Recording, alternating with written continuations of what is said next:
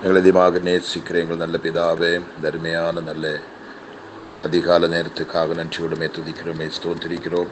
இந்த 9ஆம் மாதம் இந்த 2ஆம் தேதி ஒரு விஷயம், இந்த அதிகால நேரத்தில் என் பிள்ளைகளோடு கூட அற்ப நேரத்தை செலவிட, அவங்களுக்கு ஆலோசனை கொடுக்க, செபிக்க, எல்லோரும் என்னோட பாதபிடத்தில் கொண்டு வைத்து அனுகிரகித்து ஆசீர்வதிக்க கர்த்தர் கிருபை தந்ததுக்காக ஸ்தோத்திரம்.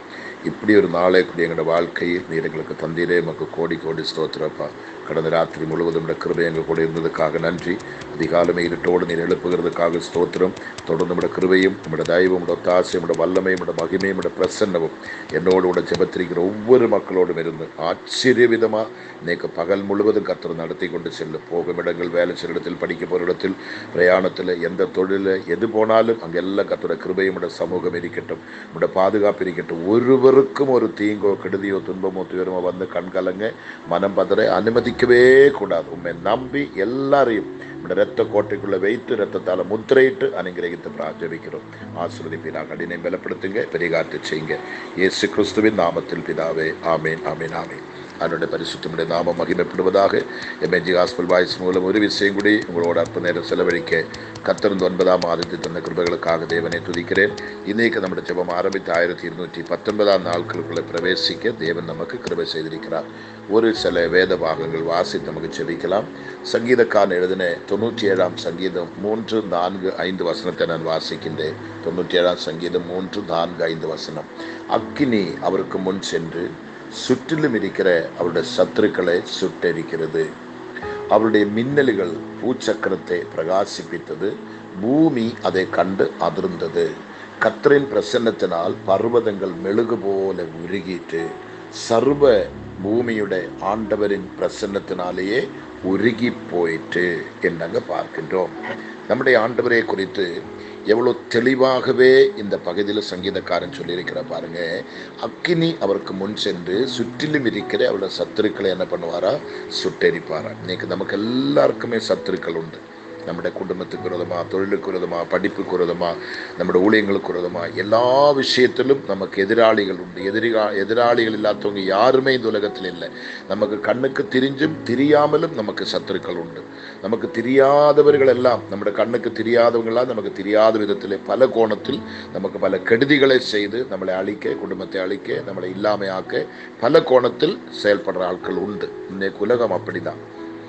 அதுக்கென்றி ஒரு பெரிய கூட்ட மக்கள் இந்த உலகத்தில் உண்டு. பணத்தை சம்பாதிக்கிறதுக்காக என்ன வேணுமா செய்வாங்க. அப்படிப்பட்ட நேரத்தில் நீங்கள் ஆண்டவருடைய இரத்தத்தால் மீட்கப்பட்ட தேவனுடைய பிள்ளைகளானால் நீங்கள் அதே குறித்து பயப்பட தேவையே இல்லை.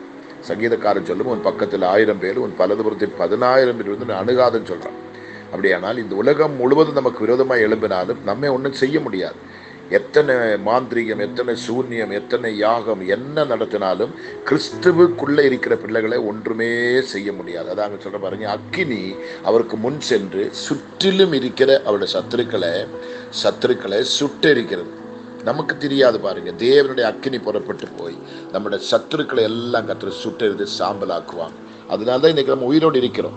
நமக்கு எத்தனையோ விதத்தில் பல கோணத்தில் நம்மளை அழிக்கிறதுக்காக பல கோணத்தில் பிளான் எடுக்கிறது நமக்கு தெரியாதது. ஆனால் கர்த்தருடைய அக்கினி போய் அவை எல்லாவற்றையும் சுட்டெரித்து நம்மை பாதுகாக்கிறார்.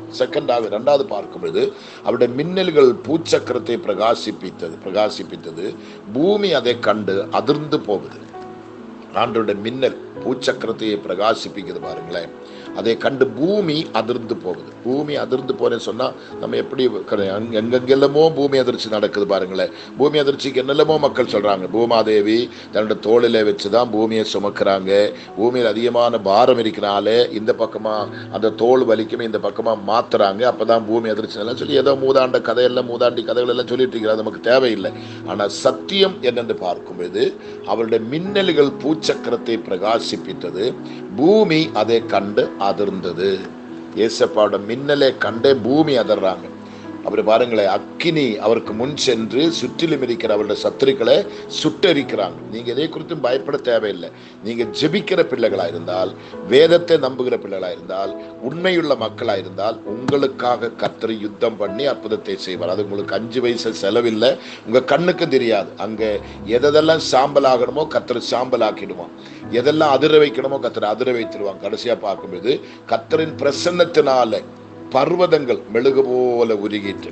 இன்னைக்கு உங்களோட வாழ்க்கையில ஒவ்வொரு பிரச்சனை நீங்க பெரிய பர்வதமா பெரிய மலையா நீங்க வச்சிருக்கீங்க. எனக்கு கேன்சர் இருக்குது, எனக்கு சுகர் இவ்வளோ இருக்குது, எனக்கு கிட்னி ஃபெயிலர் ஆயிருக்குது, என்னோட ஹார்ட் வீக் ஆயிருக்குது, எனக்கு பைபாஸ் ஆப்ரேஷன் பண்ணி இருக்குது, எனக்கு அது இருக்குது இது இருக்குதுன்னு சொல்லி அப்படியே நம்ம அதை மலை மாதிரி நினைச்சிட்டு இருக்கிறோம். எனக்கு இத்தனை லட்சம் ரூபாய் கடன் இருக்குது, நான் பெரிய கடைக்காரன், எனக்கு வாழ்வாதாரம் இல்லை, நான் ஒரு ஏழை, நான் அப்படிப்பட்ட, எனக்கு வீடு இல்லை, சொத்து இல்லை, சுகம் இல்லை என்று சொல்லி பலவிதப்பட்ட காரியங்களை நம்ம சொல்லி சொல்லி அதை பெருசா பெலூன் மாதிரி ஊதிட்டு இருக்கிறோம்.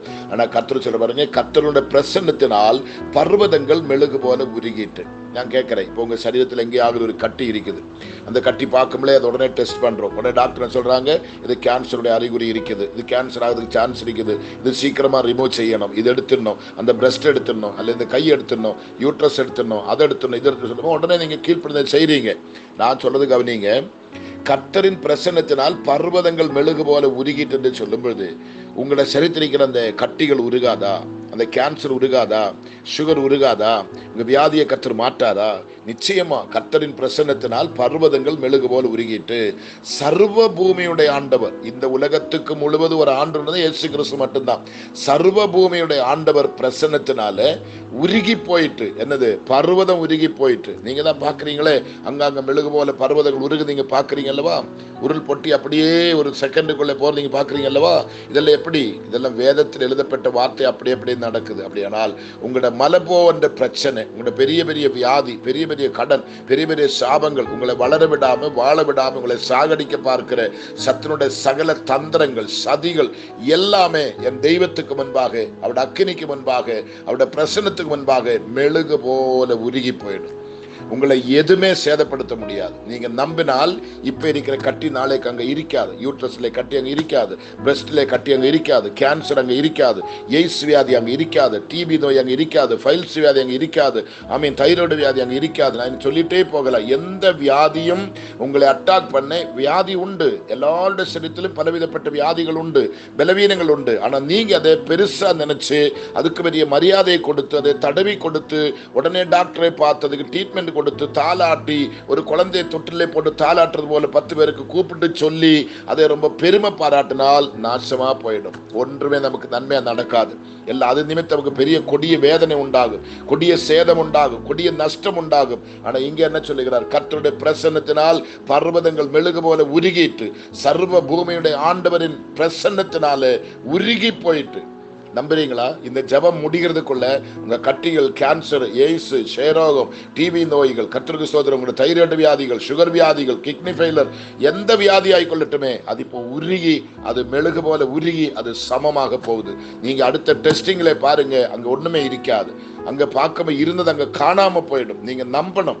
இயேசுவின் நாமத்தை நான் சொல்றேன், நீங்க நம்பினால் உங்களோட பிரச்சனைக்கு பரிகாரம். உங்களோட கடன் சாபம், வறுமை, பட்டினி இதெல்லாம் பெருசு பெருசா பேசி பேசி பெருசாக்காதுங்க. எனக்கு இத்தனை லட்சம் கடன் இருக்குது, எனக்கு இத்தனை பெற்ற வியாதி இருக்குது, என்னோட சுகர் இவ்வளோ அளவில் இருக்குது. டெஸ்டிங்ல பாருங்க, அங்க ஒண்ணுமே இருக்காது. அங்க பார்க்காம இருந்தது அங்க காணாம போயிடும். நீங்க நம்பணும். இயேசுவின் நாமத்தை நான் சொல்றேன், நீங்க நம்பினால் உங்களோட பிரச்சனைக்கு பரிகாரம். உங்களோட கடன் சாபம், வறுமை, பட்டினி இதெல்லாம் பெருசு பெருசா பேசி பேசி பெருசாக்காதுங்க. எனக்கு இத்தனை லட்சம் கடன் இருக்குது, எனக்கு இத்தனை பெற்ற வியாதி இருக்குது, என்னோட சுகர் இவ்வளோ அளவில் இருக்குது. இதெல்லாம் சொல்லி சொல்லி நீங்க 4 பேருக்கு சொல்லி ஏதோ பெருமை பேசுற மாதிரி பேசாதுங்க. அது சொல்ல சொல்ல சாத்தானுக்கு கொண்டாட்டம், சாத்தானுக்கு ரொம்ப சந்தோஷம். அங்க தேவநாமம் மகிமைப்படுறது இல்லை, அங்க தேவனோட நாமம் அங்க உச்சரித்து அங்க உயர்த்தப்படுறது கிடையாது. தேவனுக்கு அங்க வேலையே கிடையாது, அவருடைய நாமம் தூஷிக்கப்படுது. ஆனபடி எது வந்தாலும் என் கர்த்தர் பார்த்துக் கொள்வான்னு சொல்லுங்க. என்ன வந்தாலும் எனக்கு கவலை இல்லைன்னு சொல்லுங்க. என்னை என் ஆண்டவர் கைவிட மாட்டேன்னு சொல்லுங்க. அவர் என்னை நிச்சயமா விடுதலை ஆக்குவார். ஆண்டவர் விடுதலை ஆவியானவர், அவர் விடுவிக்கிறவராயிருக்கிறார். அக்கினி அவருக்கு முன் சென்று சுற்றிலும் இருக்கிறவருடைய சத்துருக்களை சுட்டரித்தது என்று சொல்றாரு. என்னை அழிக்க வருகிற எல்லா சத்துருக்களையும், என் குடும்பத்தை அழிக்க வருகிற, என் ஊழியத்தை அழிக்க வருகிற, என் பிள்ளைகளை அழிக்க வருகிற எல்லா சத்துருக்களையும் இன்றைக்கு கர்த்தர் இந்த அதிகால நேரத்தில் சுட்டரிக்க போகிறார்.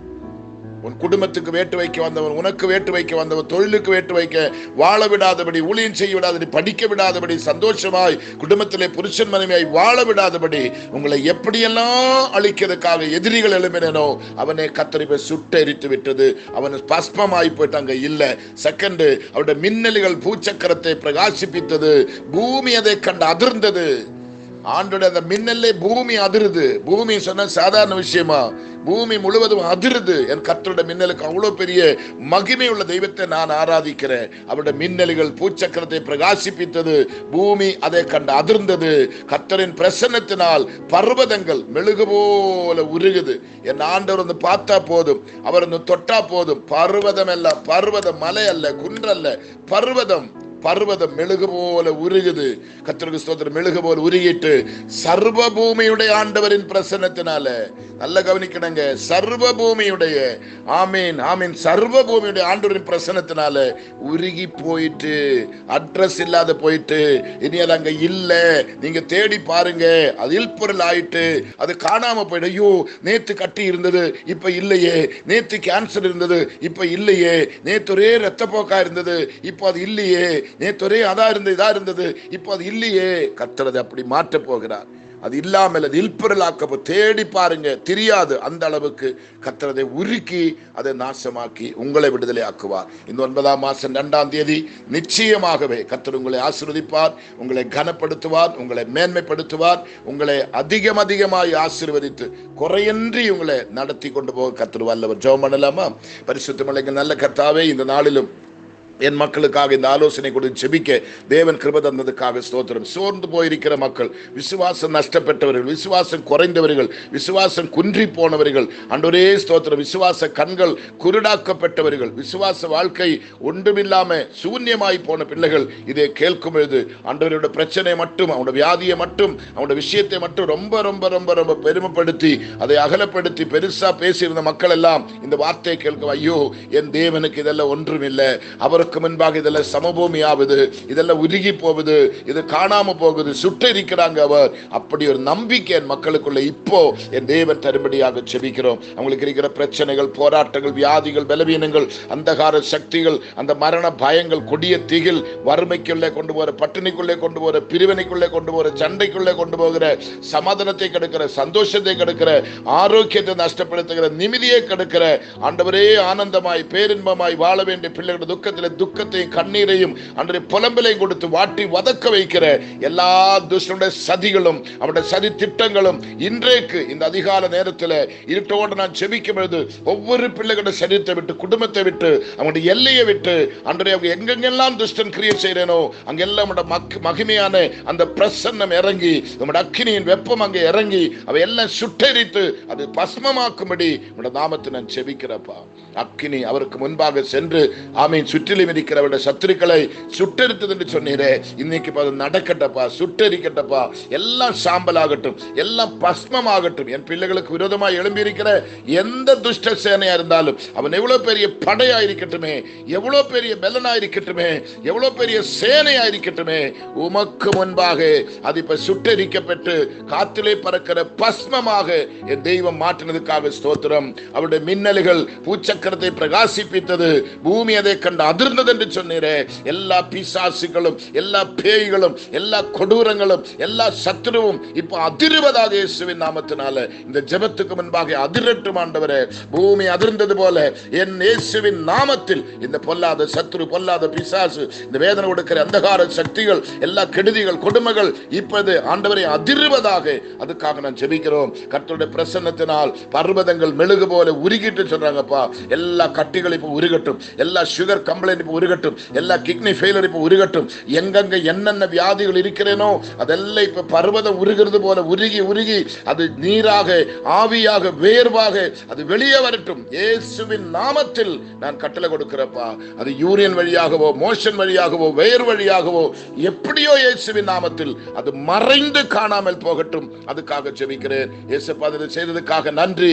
சர்வ பூமியுடைய ஆண்டவரின் பிரசன்னத்தினால உருகி போயிட்டு சொன்னீரே, என் மக்கள் நாளைக்கு சாட்சி கொடுக்கட்டும். ஐயா, நீங்க ஜெபிக்கும் பொழுது எனக்கு இப்படி இருந்தது, எனக்கு இப்படி இருந்தது, ஆனா ஜெபித்து முடித்து பார்க்கும் பொழுது அடுத்த டெஸ்டிங் ஒன்றுமே இல்லை, உருகி போயிட்டு என்று சொல்ல என் கர்த்தர் கிருபை தாரும். என் தேவன் அதை செய்ததுக்காக நன்றி அப்பா. என் தெய்வம் அதை செய்ததுக்காக நன்றி அப்பா. உம்முடைய பிரசன்னத்துக்குள்ள, உம்ம மகிமைக்குள்ள ஆண்டவரே ஒவ்வொரு குடும்பங்களையும் எங்கெங்கெல்லாம் உட்கார்ந்து இந்த ஜெபத்தை கேட்கிறேனோ அத்தனை பேருடைய வாழ்க்கையிலும், குடும்பத்திலும், சரீரத்திலும், வேலை ஸ்தலத்திலும், தொழிற்சாலைகளிலும், எந்த இடத்திலும் உங்களோட பாதுகாப்பு இருந்து அனுகிரகித்து ஆசீர்வதித்து மேன்மைப்படுத்தி உயர்த்தி உயர்த்தி உயர்த்தி அழகுபடுத்தும்படி அப்பா உங்களோட நாமத்தை நான் ஜெபிக்கிறேன். என் தெய்வம் அதை கேட்டதுக்காக ஸ்தோத்திரம். கர்த்தர் ஜெபத்தை கேட்டதுக்காக ஸ்தோத்திரம். கர்த்தர் ஜெபத்தை கேட்டதுக்காக ஸ்தோத்திரம். அற்புதம் என் தேவன் செய்து முடித்ததுக்காக நன்றி. எல்லாருக்கும் விடுதலை கர்த்தர் தந்ததுக்காக ஸ்தோத்திரம். பூர்ண விடுதல் பூர்ண சுகம் இப்ப தெய்வன் தந்ததுக்காக நன்றி. பாமுடைய கருத்தில் கொடுத்த ரத்தத்தால மறுபடியும் முத்திரையிட்டு இந்த பகல் முழுவதும் ஒரு கேடில்லாத காத்து நடத்தும். நல்ல செய்திகள் நல்ல சாட்சிகள் வரட்டும். அடியங்களை பலப்படுத்தும். ஊழியத்தின் பாதையில இன்னைக்கு பகல் நடக்கிற எல்லா ஊழியங்களிலும் கர்த்தரக்காரர் இருக்கட்டும். போகும் இடம் எல்லாம் பாதுகாப்பு இருக்கட்டும். வழிநடத்தி ஆசீர்வதியும். நன்மையா நிரப்பும். தேவைகள் சந்தியும். குறையின்றி நிறவோடு நடத்தும். ஆசீர்வதியும். சகல துதி கன மகிமை எல்லாம் ஒருவருக்கே செலுத்துகிறோம். இயேசு கிறிஸ்துவின் நாமத்தில் ஜெபங்களும் நல்ல பிதாவே. ஆமேன் ஆமேன் ஆமேன். நிச்சயமா இயேசுப்பா உங்களை ஆசீர்வதிப்பார். இந்த வார்த்தை பாருங்க. நீங்க நம்பினால் உங்க வாழ்க்கை இருக்கிற என்ன பிரச்சனை ஆனாலும் நீங்க அது உருகி அது ஒன்றும் இல்லாம போயிடும். நீங்க விடுதலை ஆயிடுவீங்க, சுகமாயிடுவீங்க, தீர்க்காயுசு இருப்பீங்க. Okay, thank you. God bless you.